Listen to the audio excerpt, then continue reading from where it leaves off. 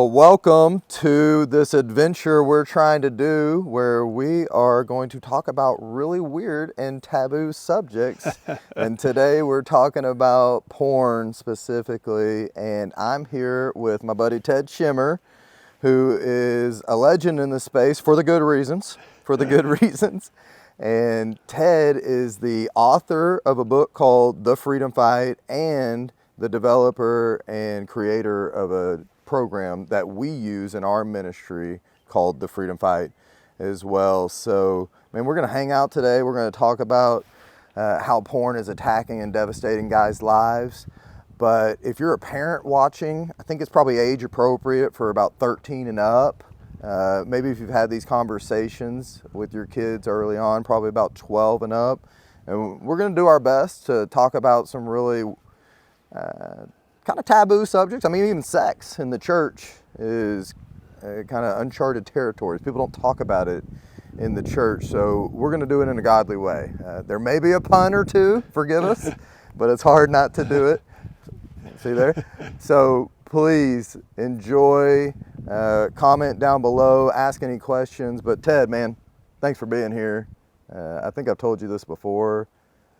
I'm super grateful for you, man, and the work you've done with the Freedom Fight because of what it's done in our ministry with Athletes in Action. I came to you years ago saying we need help. And I think it was because you found out even years before that we need help. So tell me kind of why you're so passionate about helping people get free from porn. Yeah, well, man, good to be here. I love your space out here, man. This is nice. Thanks, man. Guys really open up here. There's been a lot of dudes that sit in that chair. And they confess for the first time. It's incredible, man. God does special things out here. So yeah, thanks, man. Appreciate it. Well, I tell people, man, when I went into the ministry in '91, I had a vision, man, to make disciples, and I didn't have, man, any aspirations to become the porn guy. Right. And if my wife were here, she would tell you she didn't have any aspirations to be married to the porn guy. Exactly. But it was really birthed out of necessity because, man, the technology shift that happened in '06 of going from dial-up to high speed and that being delivered to the iPhone in '07, man, it was massive. Dude, I tell people all the time, I praise God I graduated right before that and I was too poor to own one. I mean, so true. Yeah. It's like, man, my life would have been way different had I grown up with an iPhone. Yeah. And so the amount of pornography that has been unleashed on the adolescent brain, starting at that time, those of us in college ministry really have a front row seat, to see the impact. And, we just recognize, man, if we're trying to make disciples of Jesus Christ, but not addressing this issue with real solutions, then we have a huge gap in our discipleship. And so, that's really what, led me to take a deep dive into this topic, just recognizing, man, our discipleship, man, has to deliver solutions for this. Yeah. It's funny you said that. I have switched my vision casting of what I do because I've heard people tell me, man, that's not a cause I'm really passionate about. I want to do more Great Commission type stuff. I want to do more missions type stuff. And I said, let me explain something. This is a Great Commission issue. Like, we are losing mission-minded laborers and workers who will share the gospel, who will make disciples because they're stuck. And so this is a discipleship issue. This is a Great Commission issue. So, man, I'm so glad you said that. Well, and I think that's critical for people and pastors to understand, because this isn't a topic that, that is a feel-good topic that, man, people they want to talk about or address. Yeah. But, man, it's very much, man, if we are making disciples, but, man, this is a gap. Man, what it leads to, man, aren't leaders and laborers who labor for the long haul. Hebrews 12:1 says, "Let us lay aside every weight and the sin that so easily entangles, so that we can run with endurance the race set before us." Right. Man, God has a race for us to run. But before we can run that race, man, we got to lay aside the weight and the sin. And for this generation, for our generation, particularly the younger generation, I don't know of a heavier weight or more entangling sin than pornography. Yeah. And so if we want to make disciples that run the race with endurance, we got to address this issue. Got to do it. We just wrapped up my homeschool basketball league and team. It's everything you can imagine a homeschool basketball league and team to be. That'd be a whole nother podcast. Yeah. I did that. I did Hebrews 12 at the end of it. I took the biggest, fastest kid. He just dominates. He's incredible. And I said, who wants to run a race against him? Nobody does, because they're going to lose. And finally, I made people get out there. But I took the smallest kid out there and put him on the biggest kid's back. And guess what? He lost the race. And my whole point was, you can't run the race God has set for you when you have a weight that doesn't need to be there. And I didn't say the word porn. I said, but hey guys, there's going to be things creeping into your lives. Sin, people, situations, whatever, and you got to learn to get rid of that so you can run the race. And it was really good. So trying to prep them as they go into this world that they're about to navigate. You know, they're 10, 11, 12 years old, and they've been real protected in that homeschool environment. None of them have phones or anything, but man, they're about to walk right into it. So tell me what guys like you and I need to do to reach more ministers who are thinking, yeah, porn's been around forever. We've all dealt with it. I know guys in my church for the last 30, 40 years that have come and confessed they had a porn issue. What is it about what you and I are seeing on campuses in the lives of young people that is different from the older generation of ministers? Yeah, and I think that's such a great question, because a lot of guys I talk to, particularly, it's like, well, dude, porn's been around forever. Each generation just has to navigate it. But the difference, the technology shift that I referred to in 06, 07, you know, man, the amount of, man, not just pictures, but video, hardcore, you know, porn that was introduced to the adolescent brain. The adolescent brain is more susceptible, more addictive, connected to addictive substances. This is why we have laws in place to keep addictive substances away from the adolescent brain. Right. And so when a mom or dad gives their 10 or 11 or 12-year-old an iPhone or just access to the internet, I know a homeschooler, he got his iPod Touch at age 10. Mm-hmm. He said every night for at least an hour for the next 10 years, he watched porn. Mm.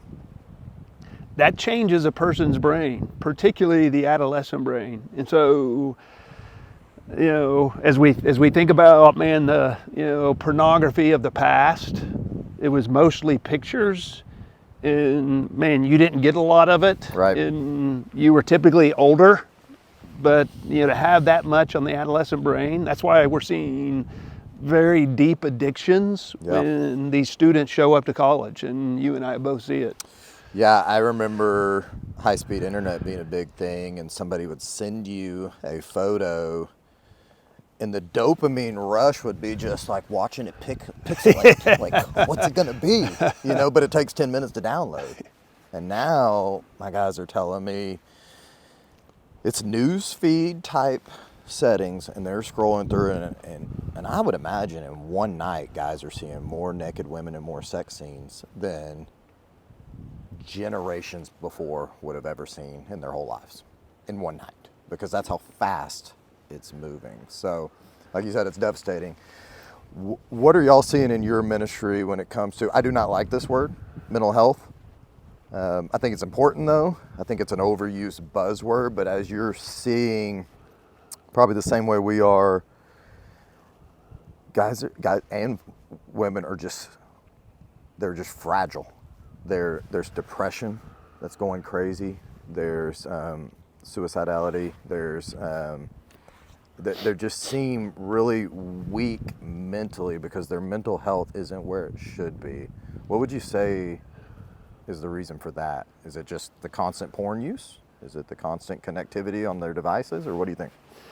Well, I think that's a really important topic, because it's definitely connected. When somebody elevates the dopamine levels in their brain, for extended periods of time, like when somebody watches porn. This kid I was talking about, 10 years, man, an hour a night, even if it's just a couple hours in a week, that elevates their dopamine levels. And Right. when their normal levels are at a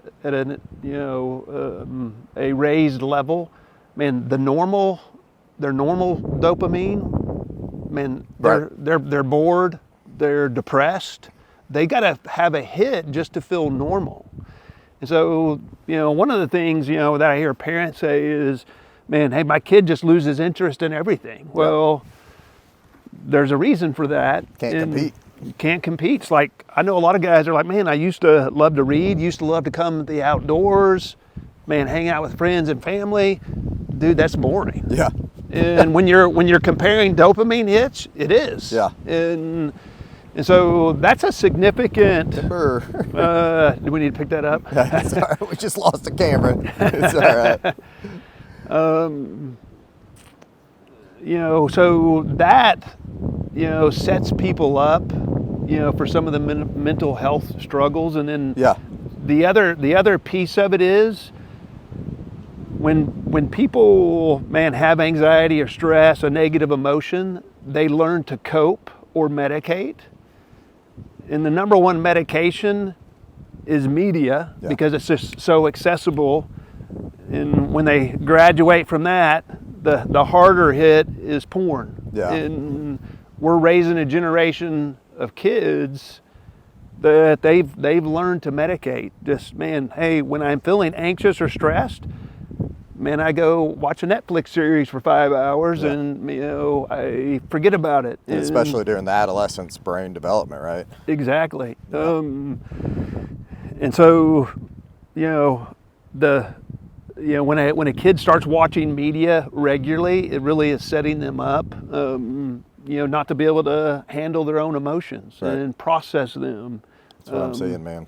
They can't do it. And when I can help them put words to it, you can almost physically see the weight come off of them, which is pretty amazing. And you talk about these artificial baseline dopamine levels. I bring guys out here and we do incredible stuff. And I told you this place is special. God does weird stuff out here, no joke.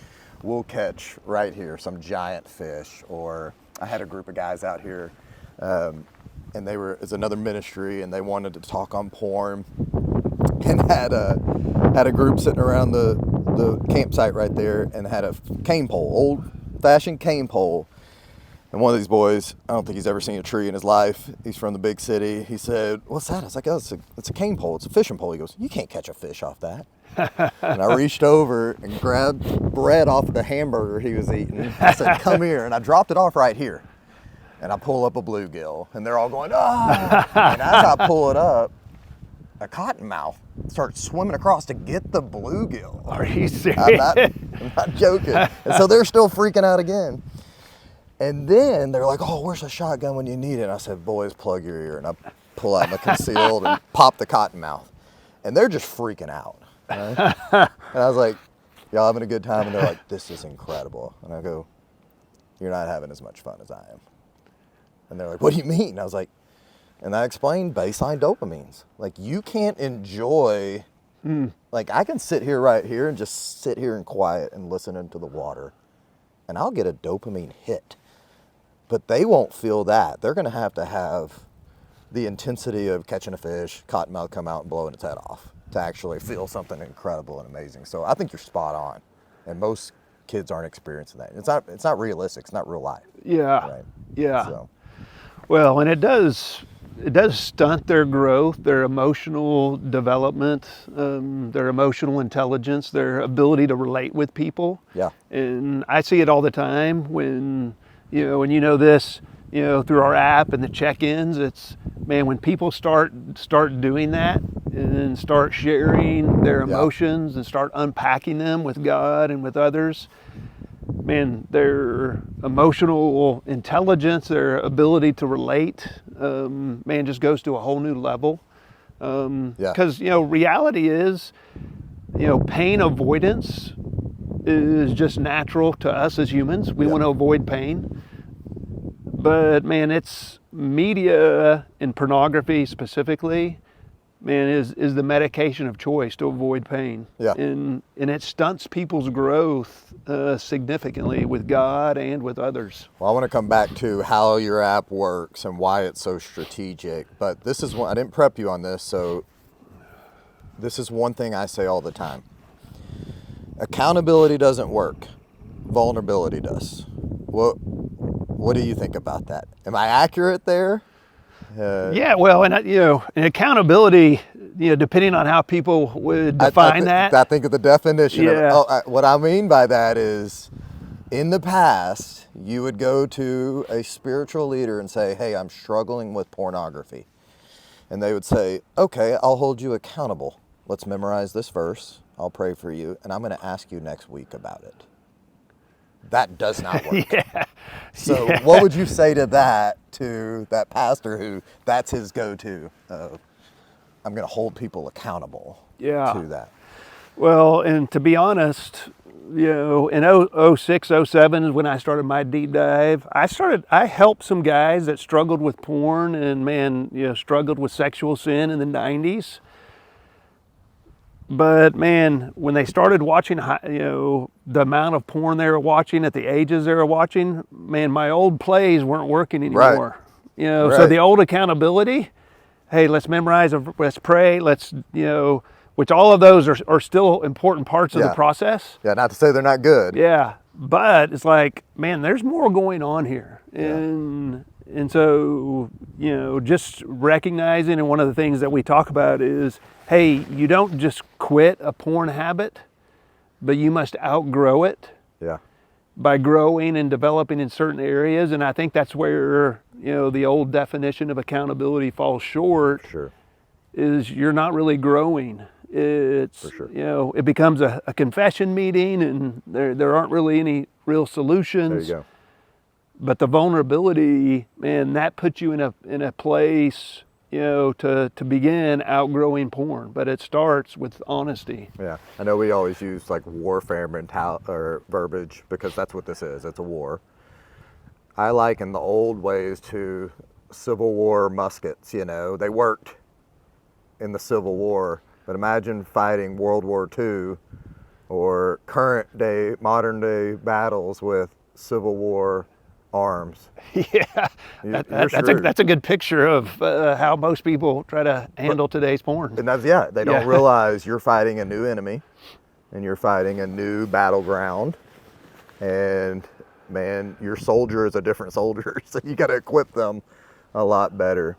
So here's what we've done in AA. I want your thoughts.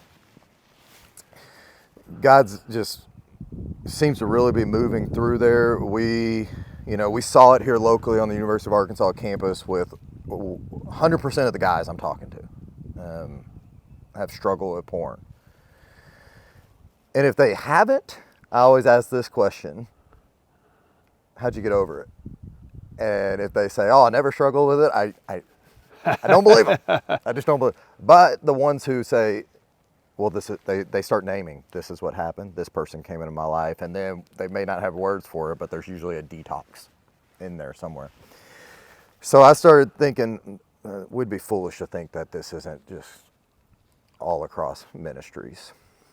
And then I was putting a lot of stuff on social media, and I had ministers reaching out to me saying, hey, I feel stuck. I can't go to my senior pastor. I can't go to my team leader. Can you help me? And I'm going, man. There's this shame that's a heightened level when it comes to ministers.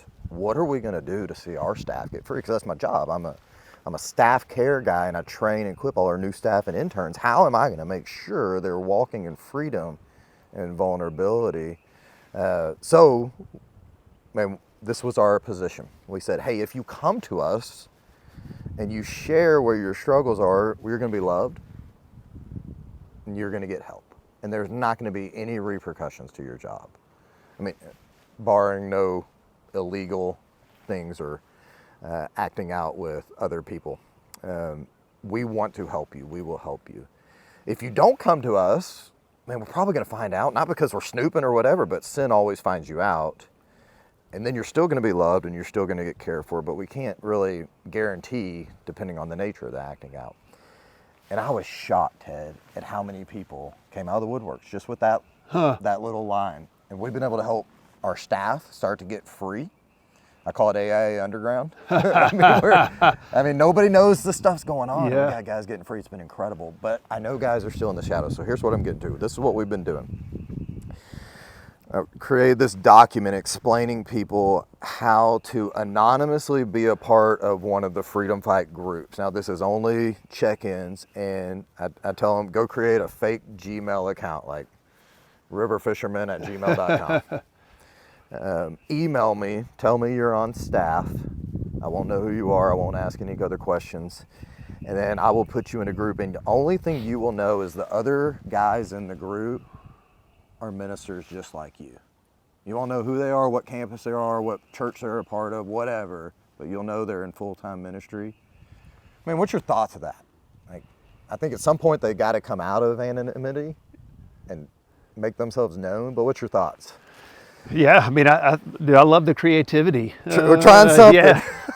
So, and I've, and I've seen the same thing, which, that restoration policy that you mentioned, that, hey, if you haven't done something illegal or with another person, and man, you want help, hey, this is a free, man, you're not gonna, get fired from your job, and right. Man, we want to help you. And I've seen that be significant, because most ministries and churches, by default, by not defining it as hey, this is a restoration policy, that, man, we want to welcome repentance. For sure. People think it's punitive, and people don't feel the freedom to repent and bring their sin out in the open, because they're like, dude, I got a wife and 2 kids. I can't afford to be fired, so I guess I'm just going to have to try to, find freedom on my own. So I think, the best is, hey, the restoration, but because so many places don't have that, and the shame is so huge, I think that's an important first step is, hey, you can start with this virtual community. You can start being known and confessing. Yeah. But the goal, hey, I want to eventually walk in light in this community, so I can eventually walk in the light, in my, regular community. It's been my experience here. I have 2 groups locally here with local pastors and some campus ministers in groups. They didn't know who each other are, and now they're like, I don't even care. I love you, bro. They don't even know the guy's name, but they've been real and open and honest in their check-ins and their relapses. And 2 weeks ago, one guy hit 100 days. That's awesome. He's a minister. And I know people have a lot of, like, oh, well, he shouldn't be a minister. Well, man, he loves the Lord. He hates his sin. And he's felt stuck for a very, very long time. And now he's making himself known. So it's been my experience that they naturally, like, they test the waters, how does it feel? And then they realize it feels really good to be known. Even though I'm still anonymous, I want to be fully known. And man, it's been really good. So I'll keep you posted. Yeah, dude, that's awesome, man. Within AA, I'm not fully sure. I don't think we'll get everybody out of the dark, but I think it'll be a real healthy, really good thing. So. Well, thank you to Ted for being here. That was an incredible conversation. I know you guys as the viewers were blessed. And if it did bless you, I know we're always kind of thinking, man, how can I help other people? I'm going to give you one really simple way to help other people right now. Just hit the like button. God may use that to use the algorithm to send this video to who knows. It may be going to a guy who's struggling right now and needs the encouragement. It could go to a parent who really needs help on how to bless their kid and raise them up in a generation where porn is attacking them. It may go to a minister who's just stuck, not knowing what to do for his congregation or his ministry, and you could be the one that God uses to pump it to them. So, and then also, this stuff costs money. If you're looking for a way to help out, I'm going to leave a link down below where you can give a tax-deductible donation. We got guys editing this video. We got a lot of stuff coming for you down the pipeline, and I'd love for you to jump on the team and help us out. Stay tuned. We got more coming. Thanks for watching.